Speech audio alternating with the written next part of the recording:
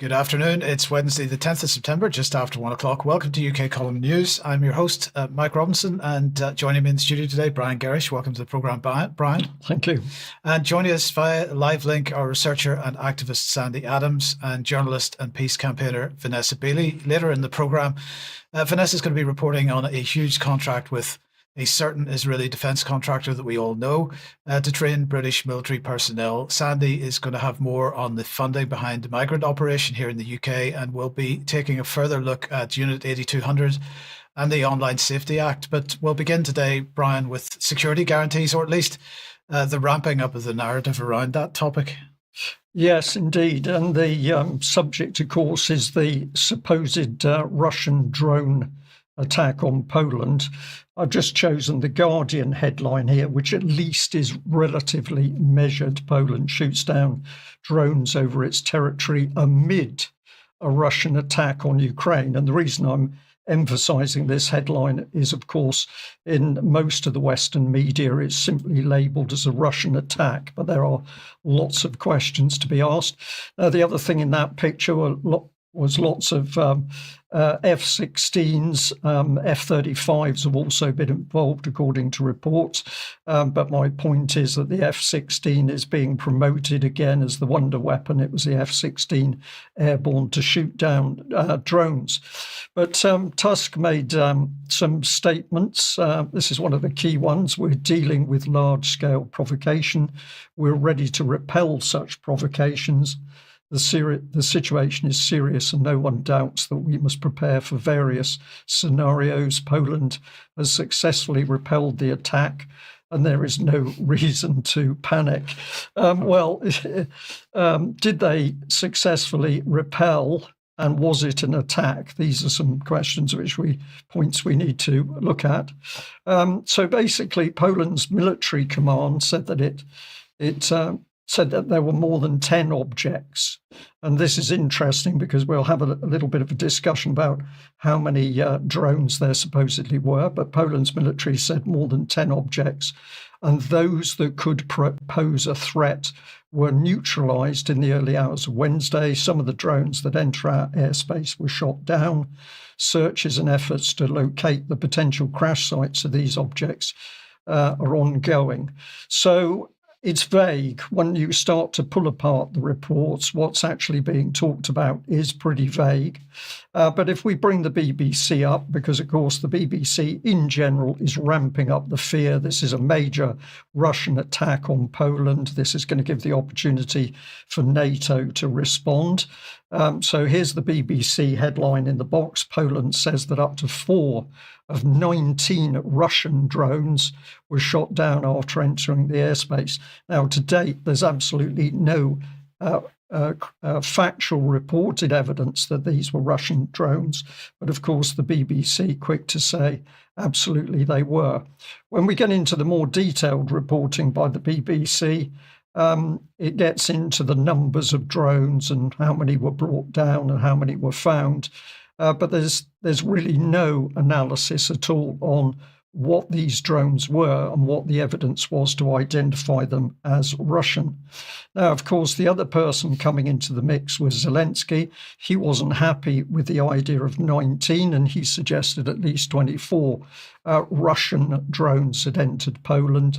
And of course, he was already ramping it up to say this is one of the reasons why you need me and Ukraine to defend Western Europe against those nasty Russians.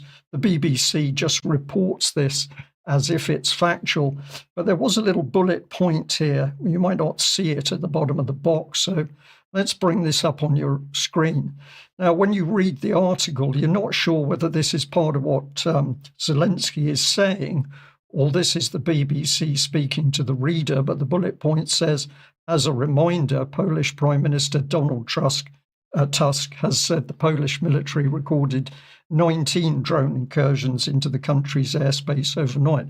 Mike, I think this is the BBC attempting to grip the narrative. But of course, what they're doing is also underlining the fact that not even the BBC can trust a word that comes out of the mouth of Zelensky, who they are normally promoting as an accurate spokesperson for what's happening with the war. Now, I've been paying attention for the whole 1,200 days of the war to many people reporting, and there's some really excellent social media analysis. I just decided to have a look at a little bit of this. Now, one of the things that was being circulated in relation to this attack was the image on screen. Now, this is not a war drone. This is if you like, a drone to practice drone attacks. But this was photographed, and there's some suggestions that this is one of the drones that appeared in Poland, but I have no idea whether that is correct or not. But if we look at the comment, Poland, yesterday border closure, today drone raid, tomorrow a no-fly zone, ? And what they're getting at there is this effectively a false flag to allow NATO to extend air cover into Western Ukraine? And I think there's a lot of reasons we should be very suspicious of the NATO position. But if we continue the commentary from this particular source, today some unidentified flying objects. This is deliberately bringing some black humor into the commentary, but we know from the Polish reports themselves, they said one had not been identified. Today, some UFOs enter Polish territory, shot down by air defence, but no one shows the debris. And I think this is very key, Mike. Nobody's showing debris, because that would say without any doubt that the attack was Russian, and to date, nothing's come forward. But if we continue the commentary from social media, I have no doubt it is Duran wreckage, i.e. that would be Russian drone wreckage. There is tons of it in Ukraine, and a few hundred kilograms, so the Poles can wave it around at press conferences is no problem. So what they're doing here is also pointing out that there's enough wreckage in Ukraine for that to be transferred into NATO, to be presented as so-called evidence of a Russian attack. But if you analyse the situation, what would Russia gain out of such an attack? It would give NATO the excuse it needed to group up and possibly bring Ukraine into the fold. Why would Russia do it? It simply doesn't make sense. Now, what we need to remember is, of course, that huge numbers of Russian drones are being used in the attack. This is some data back from July, but it's talking about nearly 6,500 drones being launched in the period. And below the line is those that have been shot down. And Ukraine is always trying to make out that its air defences are still working perfectly. And this is actually a Ukrainian map of the air routes. This has come supposedly from their air defence systems, showing the extent of this Russian the Russian drone raid taking place on Ukraine, as supposedly the attack in Poland was taking place. Now, the coordination of this attack and previous attacks, Mike, is simply incredible from the Russian side. And the idea that 19 drones went into Poland by accident is simply not credible. So we need to know whether they were Russian or not. And I'm also going to point out here that, surprisingly, Defence HQ, this is the British Ministry of Defence, on their Twitter channel, was busily talking about the war effort ramping up British industry. This goes on and on and on. What we're not seeing is anything about drones.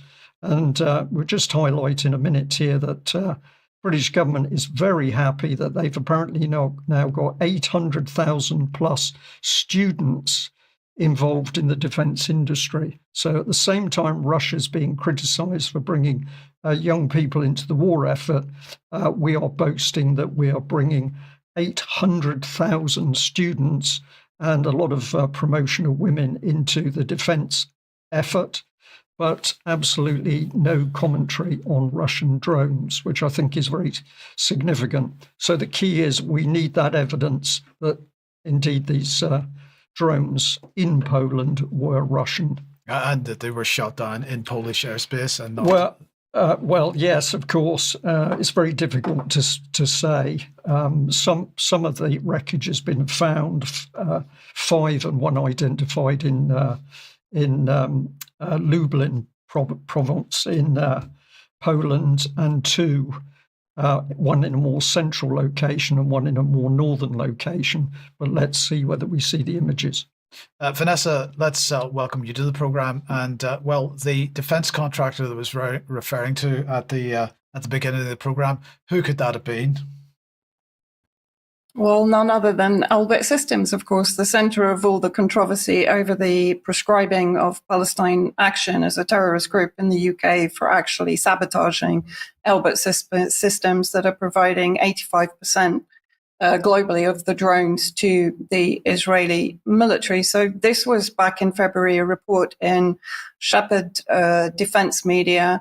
Final two contenders for key $2 billion British Army training contract selected, and that reduced it back then down to two main contenders that were mentioned in the article. For the Army Collective Training Service, acronym is ACTS. Of the 7 original bidders for the partnership, 3 had already withdrawn. The 2 successful consortia are Omnia Training, led by Raytheon UK, and a team led by Elbit Systems UK. And then much more recently, towards the end of August, this was in the campaign against armed violence. The director of the organization, Ian Overton, wrote that concern as the Ministry of Defense reportedly poised to hand $2 billion in training deal to Elbit Systems, Israel's largest arms firm. And let's have a look. I'll just summarize in the next slide basically what was said within the article. So the project is to deliver training for 60,000 British soldiers each year. It will transform how the army prepares for operations, while in fact there's very little detail on what that preparation will include. Since 2023, Elbit has been involved in Project Vulcan, a £57 million 10-year program to train tank crews. It is wholly owned and controlled by Israel, Elbit Systems. This is very important because it's very much portrayed by the British government as being a UK company. But the profits from UK arms production flow back to Israel, and there is a major senior staff overlap.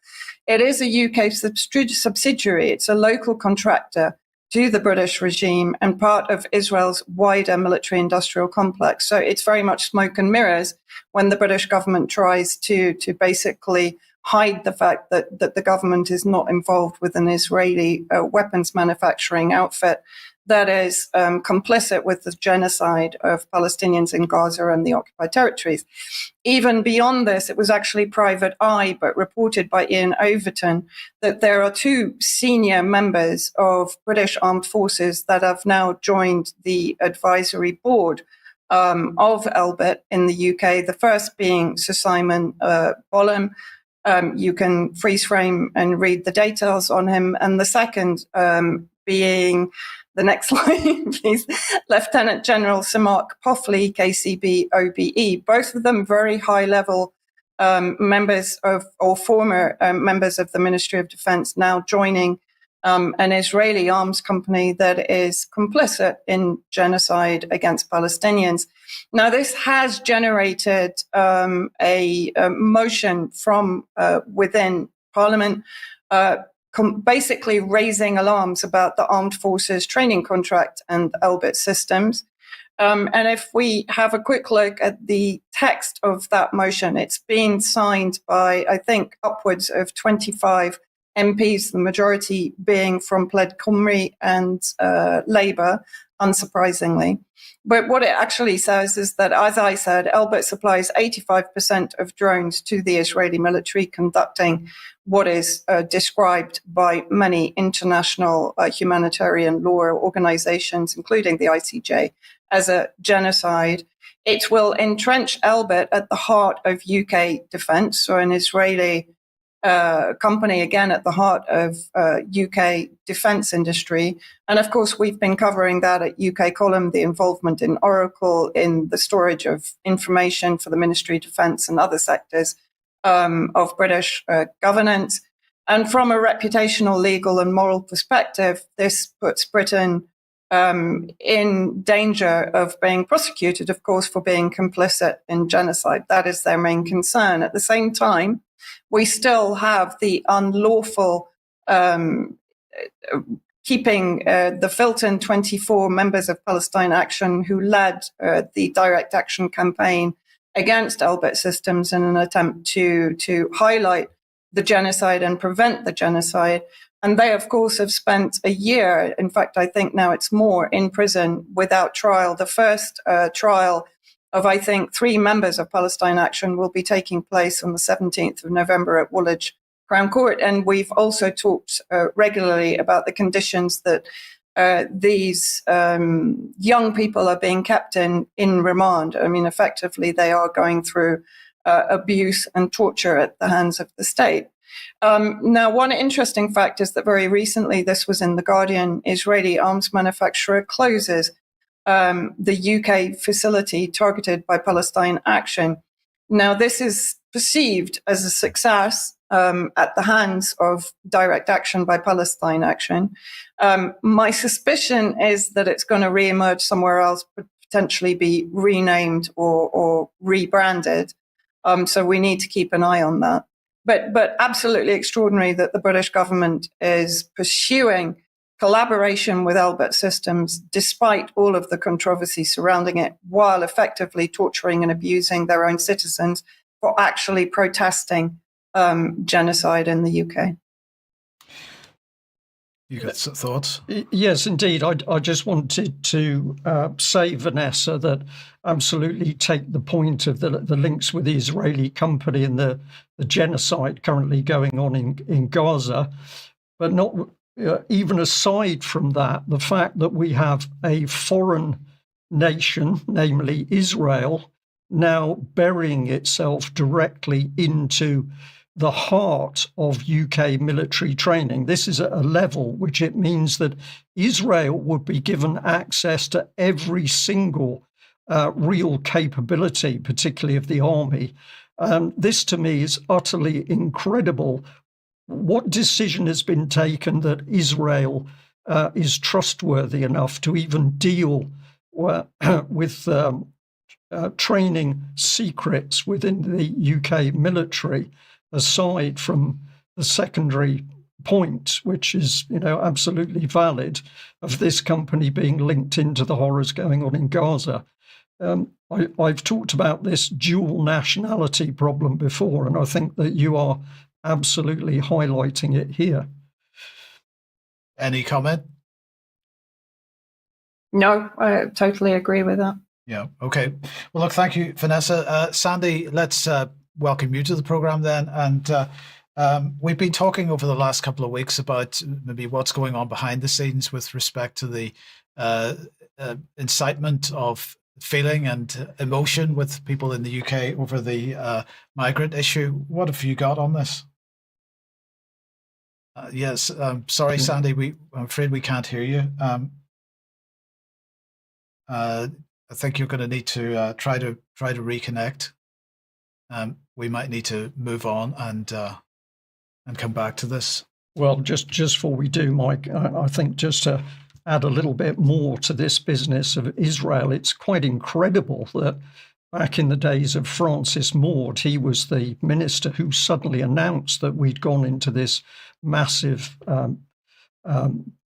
pact with Israel, MOU, I think it was a memorandum of understanding at the time, which meant that Israeli intelligence services were absolutely going to be partnered with British intel. We were going to be bringing in GCHQ, we were going to be bringing in the universities.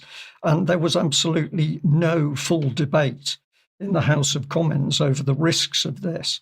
And now we've moved forward to the fact that Israel is not only burying itself into the NHS, it's now at the heart of British military. It's becoming difficult to tell whether we've got a government which is actually being run from Westminster for the benefit of the people in UK, or we're simply now some sort of overseas colony of Israel. I'm being pretty tough in this, but I think there's some really serious questions to be asked. And we should also be looking at the names of the people who've set up these joint arrangements with Israel. Who were they? Where are the minutes of the meeting? And what is proposed next? Sandy, are we able to hear you? Yeah, can Yes, you hear we me can. now? Yes, brilliant. Good, Okay, good. so let's over to you Thank then. you. Yeah, I mean, I've been, thank you very much. I've been looking really at the division that's happening within the UK and actually all over Europe over the immigration crisis. And I just looked at this quote from Karl Marx, where he said, "A spectre is haunting Europe. All the powers of Europe have entered into a holy alliance to exercise this spectre. Pope, Tsar, and Metternich and Guizot, French radicals and German police and spies." Basically, what he's saying is there's a spectre. Now, that's not the only spectre. Communism, obviously, is what he's talking about. But we've got another spectre. And I just want to sort of, some people may have seen this. I saw it certainly 10 years ago. In Sweden, a lady called Barbara Lerner Spector made a very bold claim. She said, "Europe has not yet learned how to be multicultural, but it must become so if it is to survive. And our people," bearing in mind she's Israeli, "our people will be at the center of making this happen." Now, these words weren't just off the cuff. She was the founder of a company called Paideia Institute, which is backed by the Swedish government and funded. And she was part of something bigger, a web of radical NGOs and foundations shaping Europe's future. So let's see what she had to say 10 years ago. I think there's a resurgence of anti-Semitism because at this point in time, Europe has not yet learned how to be multicultural. And I think we're going to be part of the throes of that transformation, which must take place. Europe is not going to be the monolithic societies that they once were in the last century. Jews are going to be at the center of that. It's a huge transformation for Europe to make. They are now going into a multicultural mode, and Jews will be resented because of our leading role. But without that leading role and without that transformation, Europe will not survive. Right. I think when she said monolithic, I think she meant sort of traditional Christian, values of Europe. So it's quite interesting what she said there. Now, I want to just look at some of these NGOs. We've got the one called HIAS, which is the Hebrew Immigrant Aid Society. And we've got Open Society, Foundations of George Soros as well.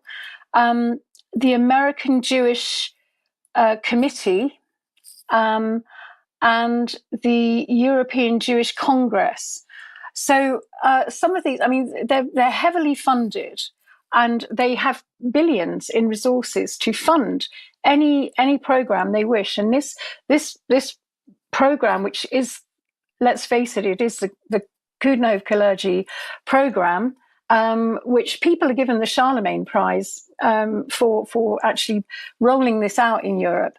So I think the shared reasoning of what she's saying is she's saying a multicultural Europe is a safer Europe for minorities, especially Jews. And at first it sounds kind of noble. Who wouldn't argue against tolerance and safety and diversity? But if you look closer, there's massive double standards, as we can see. In Europe, the message is clear. It's break down the old order, tear away the traditional values, and dissolve the nation state. It's diversity at any cost. But in Israel, the message is the polar opposite. Israel defines itself as a Jewish state. Immigration is tightly controlled. The demographics are guarded. And multiculturalism is seen as a direct threat to survival. So how can it be both? This is my question. So, we've now got this march on the 13th. Toby Robinson is leading another one of his marches. And the target really is immigration. So ordinary working class people are quite rightly angry at what's going on in Europe and our country, because it's too fast, it's the scale of it, and we don't, it's unregulated. So what the Muslims are seen to be being scapegoated, and the real architects of this policy remain kind of, behind the scenes. So the aim is to create division without question, and it's manufactured division that we simply can't tolerate. And the thing is that when you've got a lot of people, in one place, we have to be mindful. And my sort of message really to anybody that's going to that march is that this is a perfect opportunity to almost play them at their own game, and literally, all people of Britain who are call this home and are all coming together on this march to stop the destruction of the place they call home, need to be really together on this, and there shouldn't be any tension, and they should be coming together to literally be that force of unity in fighting, not fighting this, but in standing against the destruction of the UK. Sandy, thank you for that. Now, let's move on then to online safety. Yesterday apparently was Online Safety Day 2. We'll explain that in a second. But vulnerable people across the UK are going to be shielded from the most dangerous online content, as new laws are set to be introduced to prevent devastating self-harm material from reaching people of all ages. And I hope you appreciate that those are not my words. Those are the words of the British government. So yesterday they announced urgent action.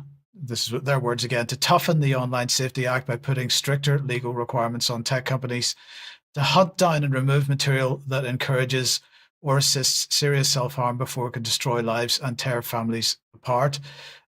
While platforms already have to take specific steps to protect children, they say, from this dangerous self-harm content, the government recognises that adults battling mental health challenges are equally at risk from exposure to material that could trigger a mental health crisis or worse. And they say that these new regulations mean that content encouraging or assisting serious harm will be treated as priority offence for all users. This change will trigger the strongest possible legal protections, compelling platforms to use cutting-edge technology to actively seek out and eliminate this content before it can reach users and cause irreparable harm, rather than simply reacting after someone has already been exposed to it. So that's what they had to say about this. Now, this is the first act of Liz Kendall. There she is. Happy Liz there. And this is just a couple of days since she became Technology Secretary. She says the regulations will come into force 21 days after they're made, following approval by both houses of Parliament. Now, don't make me laugh, please. This is going to be done via statutory instrument, which is going to be laid before Parliament, probably on an indeterminate Sunday during the autumn, when no one's there to challenge it. So this is a new level of censorship, which is being imposed under the guise of protecting vulnerable people from harmful content. It should be noted here that the direct encouragement of suicide is already illegal under the 1961 Suicide Act, unless it's assisted suicide, yes, of course. I knew that was coming. Yeah. But content that portrays self-harm is not illegal. Neither is content which portrays suicide as positive or desirable, and neither is content which provides information on methods of self-harm. So this is the return of the legal but harmful issue that was supposedly dropped from the Online Safety Act before it was actually passed as an act. Of course, I'm not suggesting that content such as this is desirable or should be encouraged, but it's not illegal. And it is being used as a poster child for the rolling out of technology that scans social media content as it's being uploaded, so that it's censored before it ever appears on a platform. Now, I'm going to ask hands up anyone who thinks that this will stop with self-harm, because of course it won't. This is a significant expansion of the Online Safety Act scope, moving from the idea of sort of reactively taking down content to anticipation of whatever that content might be. And of course, they've got to scan all content if they're going to identify content that is relevant to self-harm. So this is only the start. And remember, the Online Safety Act is an enabling act. It enables its own expansion via ministerial decree, as we've seen in this case.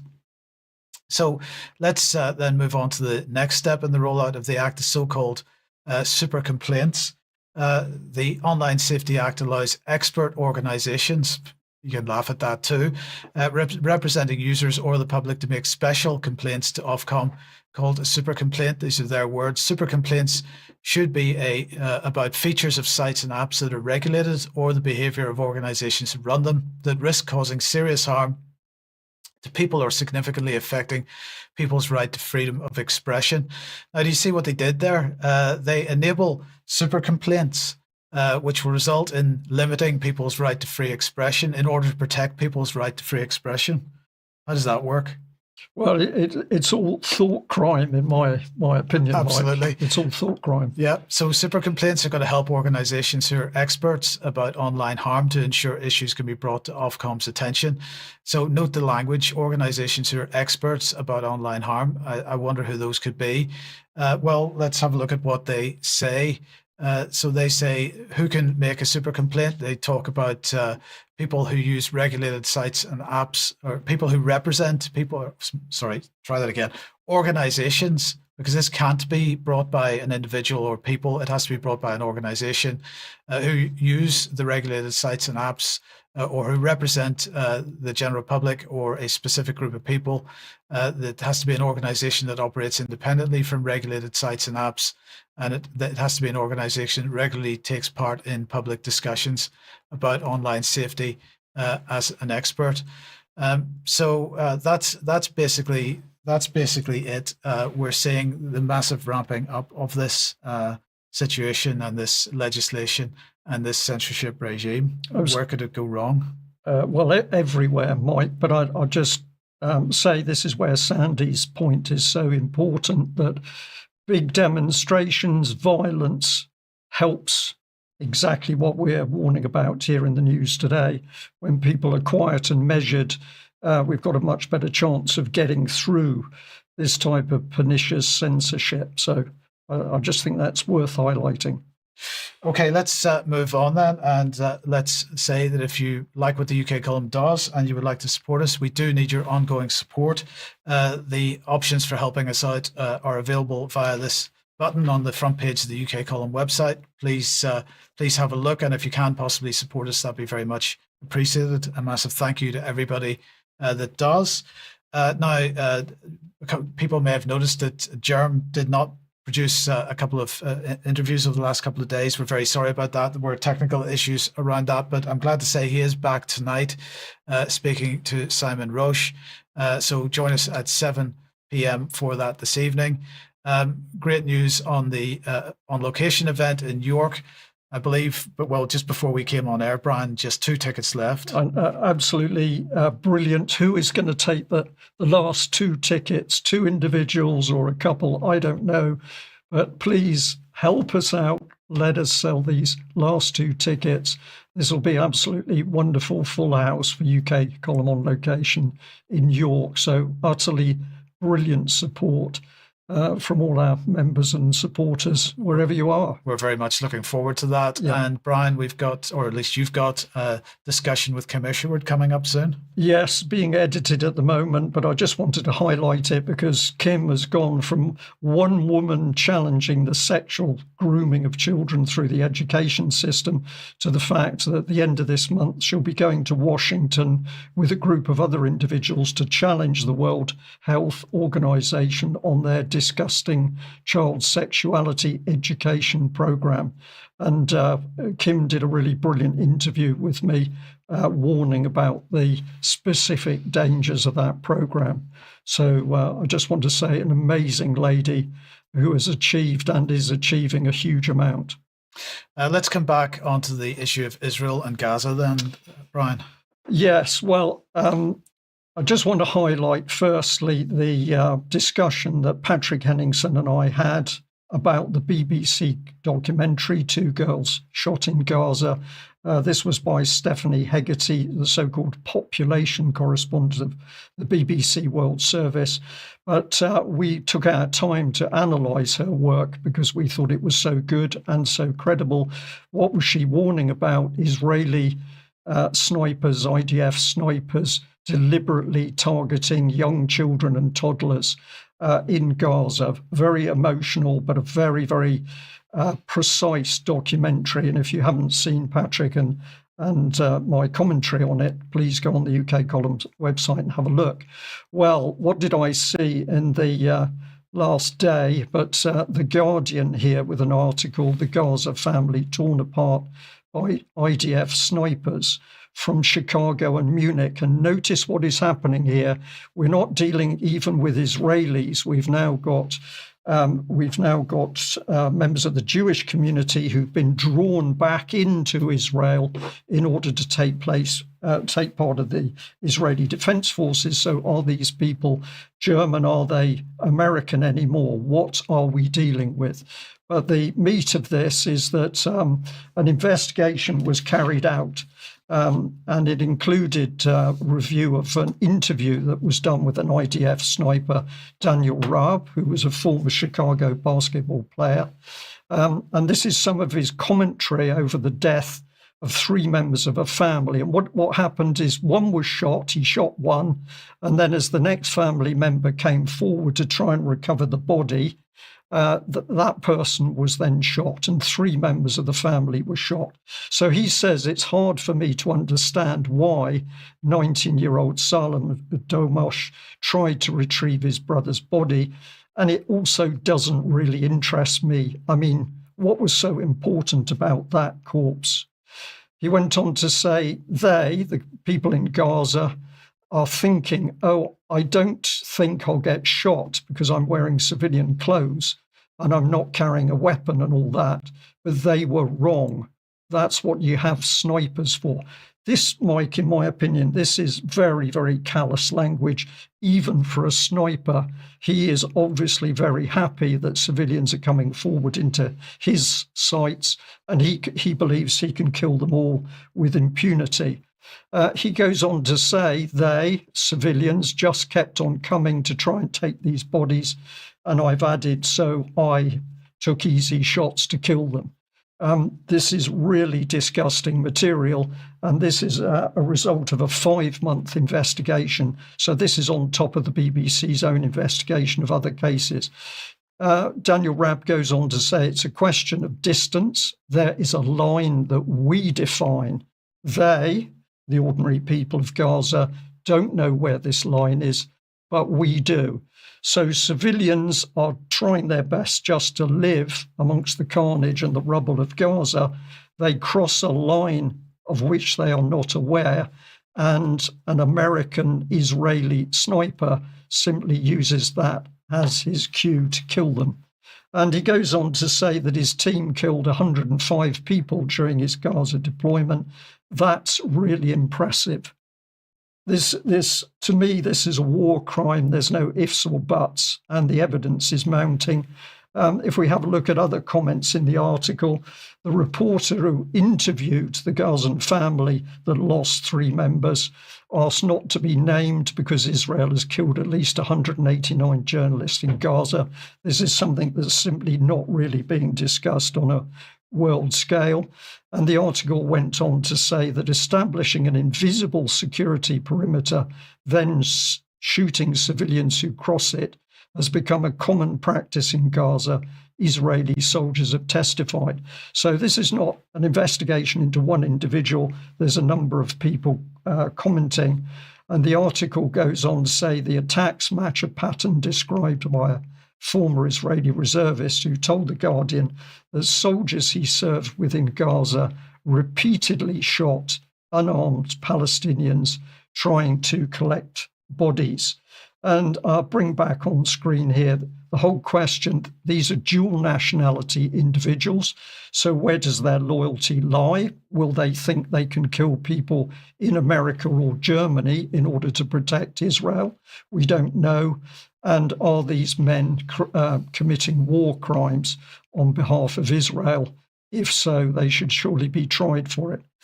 I think this is some of the most disgusting stuff that I've come across, Mike. People dying in explosions and bombings, yeah, particularly bad. But we've got people who are simply being given weapons to go and hunt and shoot children, toddlers, and unarmed people as if it was some sort of sport. Well, I'm going to don't have time to get comment from Vanessa right now, but I absolutely want to talk about this in extra because first of all, I suspect this has been going on for much longer than just the last couple of years. But also we've seen this type of thing in other conflicts as well. So I want to talk about this quite a bit more in extra. But look, let's look at Unit 8200 because it's around a month since Microsoft claimed to have begun an urgent inquiry into the Israeli Signals Intelligence and Cyber Warfare Agency, Unit 8200's use of their infrastructure, that's Microsoft's infrastructure, to store and analyze millions of intercepted phone calls from Palestinians in Gaza and the West Bank, allegedly for surveillance and airstrike target identification. And of course, this is an impossible violation of Microsoft terms of service, never mind the complicity in the genocide issue. So a month has passed, and there have been no updates from Microsoft, nor any effort to drop Unit 8200 as a customer. It seems to be.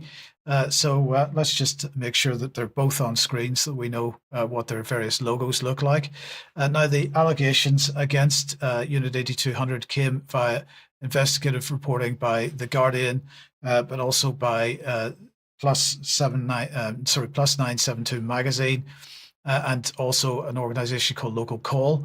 The report asserts that Unit 8200 maintained its own siloed Azure, that's Microsoft Azure, that's their cloud platform environment, allegedly granted through a deal with Microsoft's chief executive directly. Analysts claim that the data was instrumental in identifying bombing targets. And now this has been going on since 2002. And the claim is that more than 11,500 terabytes of intercepted Palestinian communications data are stored on Microsoft servers in the Netherlands, and that this is equivalent to 200 million hours of phone calls, in addition to additional data in Ireland and also in Israel. This is the second inquiry launched by Microsoft. An earlier one announced in May this year reportedly found no evidence or misuse or targeting of civilians. Note the word civilians there, but even that is in dispute. So Microsoft claims in its statement that the CEO and other executives were unaware of the nature of the data being stored, although documents suggest a 2021 meeting between the chief executive and Unit 8200's commander, Yossi Sariel, were plans to move up to 70% of intelligence data onto, so that's the Unit 8200's intelligence data, onto Azure were discussed, according to these various reports. The revelations sparked strong reactions within Microsoft. Employees protested, and a group called No Azure for Apartheid demanded that Microsoft cut ties with the Israeli military. And Microsoft shareholders also called for greater transparency and human rights due diligence, but you'll note they didn't call for the dumping of the customer. So let's just have a reminder of what 8200 is. As I said in the beginning, it's Israel's Signals Intelligence and Cyber Warfare Agency within the IDF. So it's equivalent to GCHQ or in the UK or the NSA in the United States. It was set up in 1952. It engages in offensive cyber warfare as well as signals intelligence. It's been connected to high-profile operations such as the Stuxnet attack on Iran's nuclear centrifuges. And it has a track record of engaging in AI-enhanced targeting, including operations against Hamas and other so-called adversaries. We might read that as civilians, particularly under the leadership of Yossi Sariel that we've just mentioned. Now, according to the World Socialist website, more than 60% of its personnel are now engineers or data scientists. It's established AI factories and a centralized target center to accelerate the process from data interception to actionable targeting using AI and cloud infrastructure. And so, I'm going to just put in here, isn't any surprise that both the UK and the United States are working as fast as they can to catch up because they want this as well. Now, this latest situation is only scratching the surface of what they've been up to, of course, because they've cultivated what is being described as a flourishing alumni network. 8,200 veterans have founded or lead, and we've talked about this many times, they've founded or lead prominent cyber and tech startups like, for example, Checkpoint, Black Cube, Carbine, Candiru, Palo Alto Networks. Other former staff have moved into influential roles in tech firms like Google, Microsoft, Apple, Meta, Amazon, OpenAI, NVIDIA, and Israeli surveillance companies, again, many of them founded by Unit 8200 veterans, export offensive cyber tools worldwide. Companies like Cognite collect telecoms data and metadata for analysis. Others market biometric, network intelligence, and spyware systems to Western agencies, including law enforcement and intelligence services.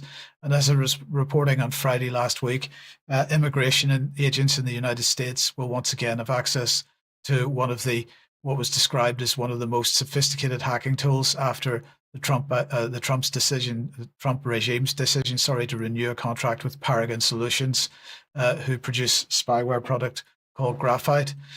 So this organization is embedded directly into the heart of everything that we do on the internet. It is absolutely using its technology to target Palestinians, and of course, hosting that on companies that Western individuals are funding often. So, Yeah. I think we need to be reconsidering where we're putting our money. Indeed. Yeah. Where does that take us? Back to Vanessa, I believe. And Vanessa, some commentary on the BRICS nations. Yes, I'm going to probably ruffle a few feathers with this short report, and I'm sure it warrants further discussion in extra. But I wanted to focus on a statement made by Iran's Supreme Leader, Ayatollah Sayyid al-Khamenei, in the last few days, where he calls basically for a global economic and political quarantine of the enemy, meaning Israel. He encourages all Islamic and non-Islamic nations, and I'm assuming he's referring to BRICS nations, of which Iran is a member, because obviously appealing to Western countries isn't going to have much effect. But he appeals for them to cut all trade ties, suspending port access, freezing bank transactions, denying energy supply, and severing political relations to bring pressure to bear to end the genocide, both in Gaza and, of course, in the occupied territories. Now, I will refer people to this article that I published, Up at the Wall Will Fall, which was written by Professor Patrick Bond, I think, in November last year. The blessing, you'll remember the curse and blessing map that Netanyahu showed at the UNGA, showing countries within BRICS being included in the blessing, and of course Iran being included in the curse. The blessing for genocide, nearly all BRICS regimes nurture Israel economically. Now, of course, when we talk about international law, and all BRICS countries do make statements adhering to international law and condemning the West for violating or basically shredding humanitarian law, Geneva Conventions, particularly on genocide, and international law generally. Now, this is a new account on X that is putting out some good data on this kind of subject, and I do recommend following them. Yesterday, they sent me this. So BRICS is reshaping a multipolar world, but how are they responding to Israel's genocide of Palestinians? Our latest analysis tracks 2025 exports, January to July, to Israel versus 2024 with critical insights. Now, first of all, they summarize China and India, top military suppliers to Israel. Russia, Egypt, and the UAE, leading energy exporters to Israel. Brazil and South Africa are the ones that are kind of throttling back on energy exports, dropping in the ranking in 2025. And what they say is BRICS trade patterns reveal stark divides in geopolitical stances. Now, I want to have a look at this infograph that they, no, I won't. I'll first of all mention recent reports in Israeli media on a new deal, in fact, between Israel and India, who inked a bilateral investment deal in New Delhi to foster trade ties. Just one example of the collaboration between BRICS nations and Israel. Not only Israel, I would also mention countries like the UAE and Saudi Arabia that historically were established by the British to actually form a partnership with the Zionist entity and protect it from the resistance pan-Arab alliances that might threaten it in the future. That's an important point to make. So if we can just keep this following diagram on screen, people can zoom in on it, but just while I run through it, because I think it's important to do this, you can take your time and look more deeply into the information that's included on there and in the article that will be in the show notes. But if you look left to right, you see Brazil, Russia, India, China, and South Africa. In overall trade partnership, Russia is number 7, India is number 8, and China is number 1. And China is exponentially increasing its trade partnership with Israel. And that includes Chinese state companies being involved in the settlement pogroms in the occupied territories and investment in Haifa port to facilitate the offloading of weapons to the Israeli military. Russia is number 2 in energy supply. India, number 5. India and China are number 5 and number 3, respectively, in war goods. Now, that's quite an extraordinary statistic when one considers who are the primary partners, of course, from an armaments perspective for Israel. China is publicly saying that it's a genocide. Russia and India have not publicly said that in any of their statements. So I think the point is, if we look at the ICJ ruling from July 2024, all states are under an obligation not to recognize as legal the situation arising from the unlawful presence of the State of Israel in the occupied territories of Palestine, and to not render aid or assistance in maintaining the situation created by the criminal presence of Israel in the occupied territories. This is just one ruling. Of course, under the Geneva Convention, every state globally has a responsibility to both prevent genocide and punish the perpetrators of genocide. And while nobody is advocating that BRICS countries are responsible for what is happening, what we are saying is that they have the power to economically bring serious pressure to bear upon Israel and to stop the genocide. They have that ability, and therefore I think they should be held to account for not fulfilling that responsibility. I struggle to argue with that, Vanessa. We'll have a go at arguing about it in extra, though, and it is an incredible situation. These countries, without doubt, doing some positive things in the world, but they have to be held account for whenever they're not. And I think this is one area where they, particularly because they're taking such a stand with respect to international law and the West. So we'll talk more about that in extra, absolutely. Sandy, let's come back to UK issues then, and the situation with respect to land management. And you're going to use the Somerset levels as an example. Yes, I mean it's almost like it's gone full circle again. We've got a lot of. The Environment Agency just last month, at the end of last month, announced that they were they couldn't afford to dredge the reams and the watercourses that actually drain the Somerset levels, and they're not going to maintain the culverts or the pumping stations because they don't have any money, apparently. Now, this is what happened in 2014. We had a very similar time. We'd had a drought, and then a massive spring rainfall, or not even spring. It was January and February rainfall. And there's a Somerset farmer who's put this together very, very well. The parallels between 2014 and now. So if we can just listen to him first, that would be great. Look at it, everyone. Feast your eyes upon its awesomeness. Yes, this is England's green and pleasant land. Right, it's not very green at the moment because it hasn't rained in 3 months. But picture the scene. Your business floods every year. It's underwater, in my case, about 120 acres, to the point where it cannot be used for anything.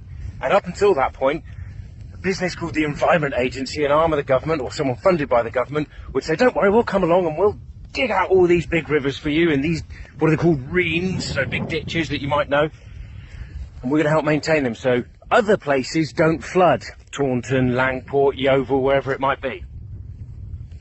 Not anymore. This is going to directly affect you, everybody. The EA have announced, with 6 months notice period that they have to do, so when's that going to put us? Probably in the wettest part of the year, that they are no longer going to maintain about 80% of the rivers and reams that they currently do. Now, EA, if I've got that wrong, please come and tell me. Desperate Dan Zeichner, you head up DEFRA, you pay for the EA. Come and correct me if I'm wrong. I don't want to go to Facebook prison. So picture the scene. Your business, and I'm talking to you now, general public, is going to look like my business.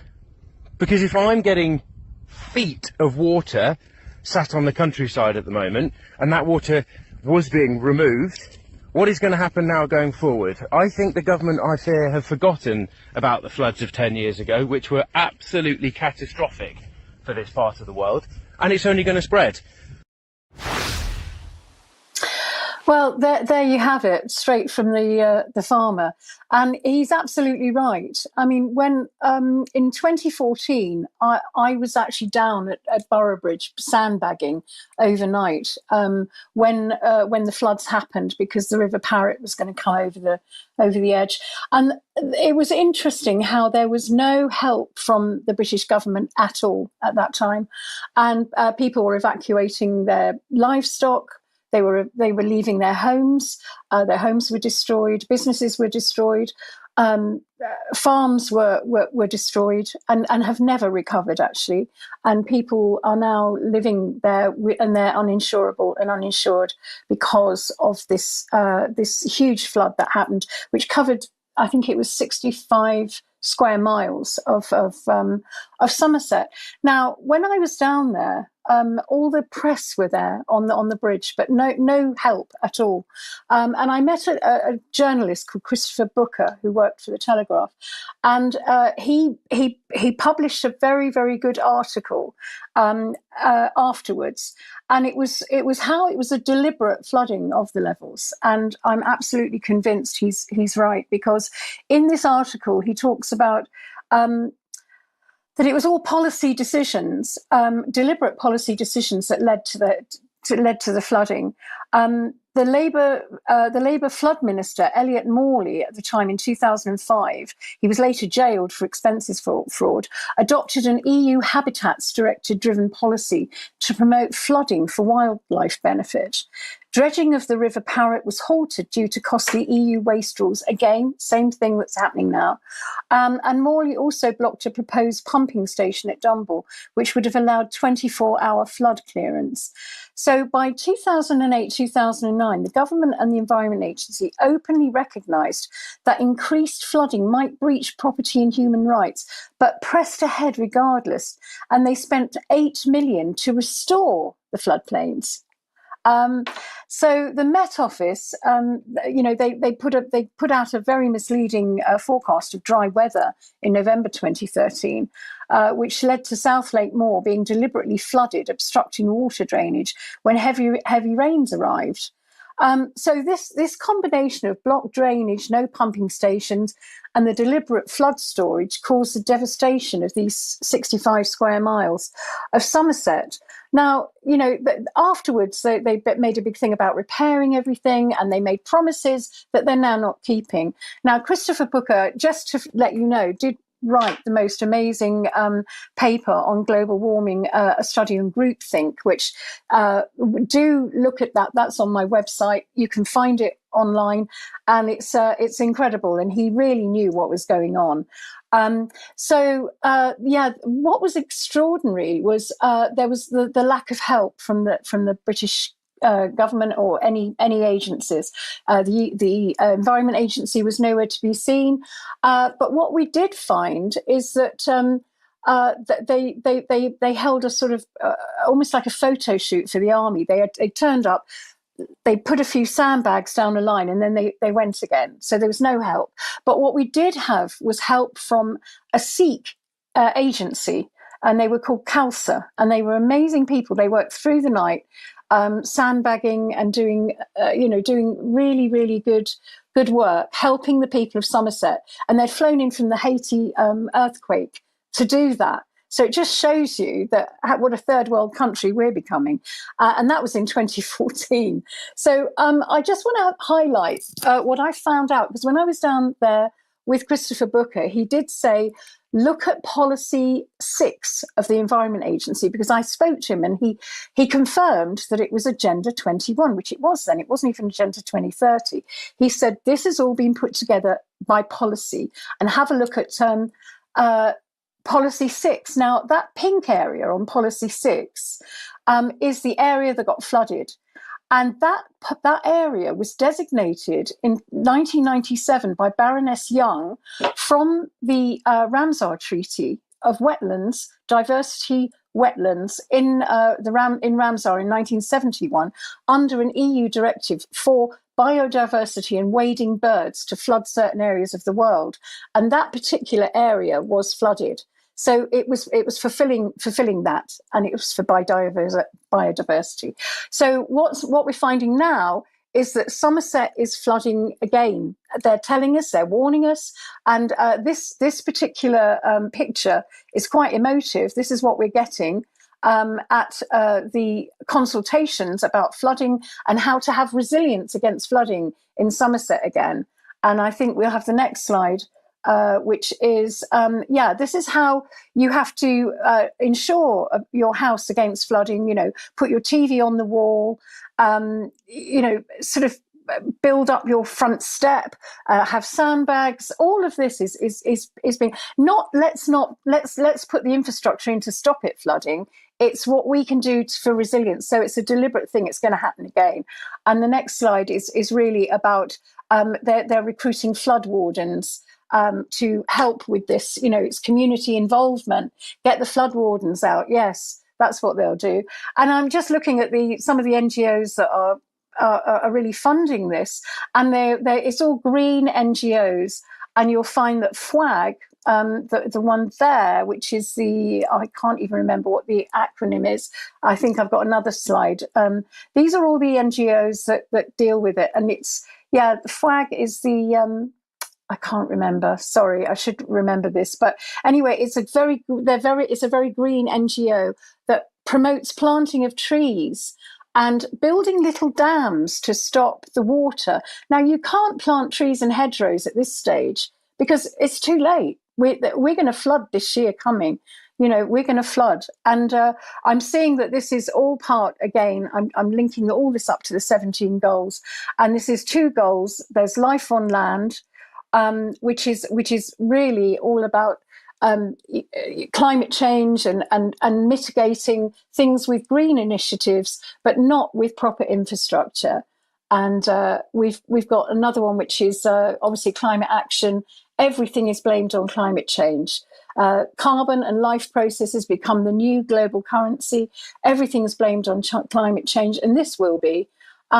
So we've just got another history repeating itself and another destruction of British farmland.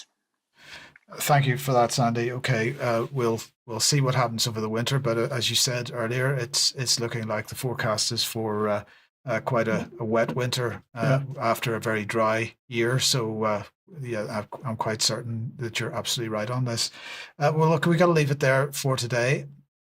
Thanks to Brian, to Sandy, and to Vanessa. Did you have something you wanted to add? One ticket left. Oh, what? There is one on-location ticket left. Who is going to be the lucky person who gets that? We will give you a hug.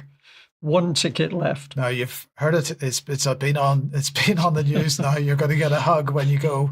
You got to come, whether you like it or not. You've got to find Brian, and you've got to demand your hug for the person who buys the last ticket. Okay, we do have to leave it there. Thank you very much, Vanessa, Sandy, Brian, and we'll be back in a few minutes for extra. Thanks for joining us.